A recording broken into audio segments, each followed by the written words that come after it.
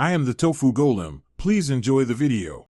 You start by validating prerequisites, Docker Engine 20, 10 Plus and Docker Compose v2 installed and running. You create a project directory and add a Docker file plus an MCP, YAML configuration.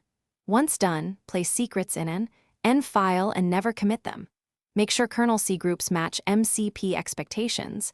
Check with uname and system tools. You then run a quick Docker version and Docker Compose version to confirm. After verification, you're ready to initialize the MCP environment and proceed to deployment. You next configure MCP, YAML with services, networks, volumes, and clear resource limits so Docker manages CPU and memory predictably. Then you build and deploy with Docker Compose FMCP. YAML up build detach to create containers in the background. Once launched, you monitor with Docker Compose logs F and Docker PS to confirm healthy status. If a service repeatedly restarts, inspect container logs and environment variables. Make sure volumes mount correctly and that port mappings don't conflict with the host. Then iterate configuration. You finalize by ensuring persistence.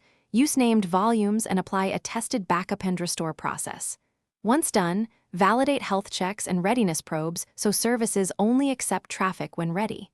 Make sure networking and port mappings match your reverse proxy or load balancer.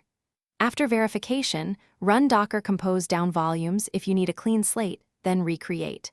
Troubleshooting tip: if something fails, run Docker inspect and Docker logs on the failing container to trace configuration, missing mounts, or permission errors. This reveals the root cause quickly. Thanks for watching. Consider subscribing if we helped you today.